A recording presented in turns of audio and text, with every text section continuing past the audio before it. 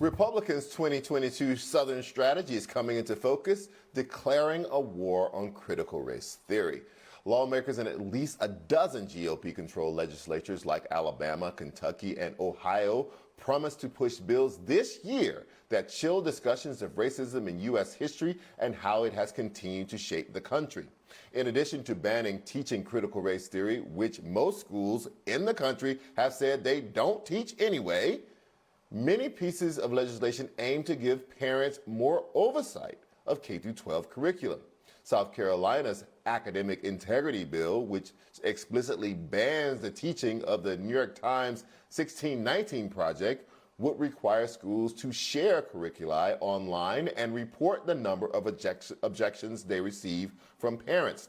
The bill slated for this year also blocks school employees from being required to attend diversity training. Several sweeping bills pending in Indiana aim to ban concepts that divide, as one state senator put it.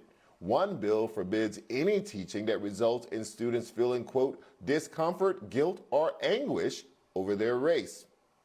And in Florida, the governor is urging lawmakers to take up his Stop Woke Act, which is exactly what it sounds like.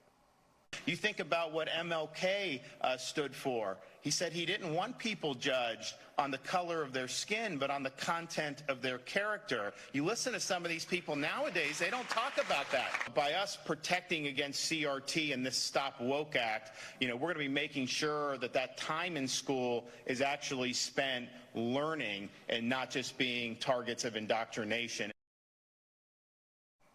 You know when they start quoting MLK is a problem. Joining me now to discuss Democratic strategist Bre Maxwell.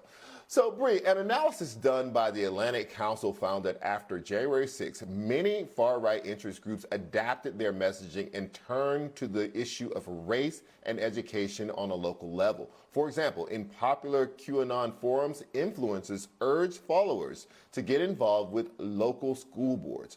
Are schools the new battlegrounds for the far right? Absolutely, because they realize if you can't infiltrate the Capitol and if we can't get Donald Trump back, then we have to figure out a totally different strategy.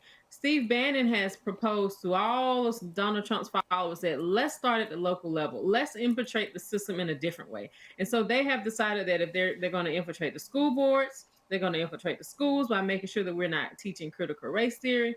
They're going to make sure that people are running for office nationwide. And they're also attacking our Secretary of State's office. So a lot of them are looking to run for Secretary of State. So yes, they are starting at the school board and they're moving up to make sure that they can infiltrate these systems from a local level. And is it even more targeted? Is this a way for Republicans to win back the support that was being eroded among white women, particularly white women in suburbs? This is an issue that affects children. They always look for a vulnerable population that said this vulnerable group is under threat. In this case, they're targeting this message towards women with children in schools. Yes, and it just reminds me of the Tea Party from 2014 when they realized, well, we have a black president. We got to figure out how to get rid of him and how can we infiltrate the system with our people back. But yes, I think it is a fear tactic that they're using because it's like, okay, you're teaching my kids in school a system of hate. You're teaching them to feel like the oppressor while you're teaching kids of color, more so African-American kids, that they are the victim here when they have nothing to do with probably what's going on, when really it's your ancestors who have created these systems. So they want to make it seem as if they are still goody two-shoes in this country when that's not the case. And they just do not want their kids to learn a system of hate that they have put into our systems that we currently have. On a final note, are these bills even enforceable? Are these enforceable laws? If you're saying teaching a subject can't make a child uncomfortable, how does one gauge whether or not a person is sufficiently uncomfortable that a crime has been committed?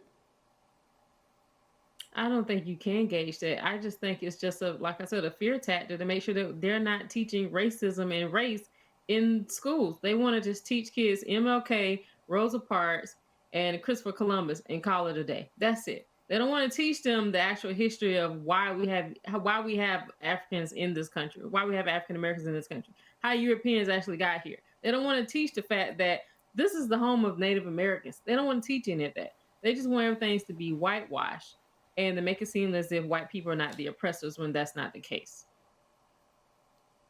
Bre Maxwell, let's just not lump Christopher Columbus in with MLK and Rosa Parks, because Christopher Columbus was a literal monster who terrorized and killed people in the Caribbean. But anyway, Bre Maxwell, thank you so much for your time tonight. I really appreciate it.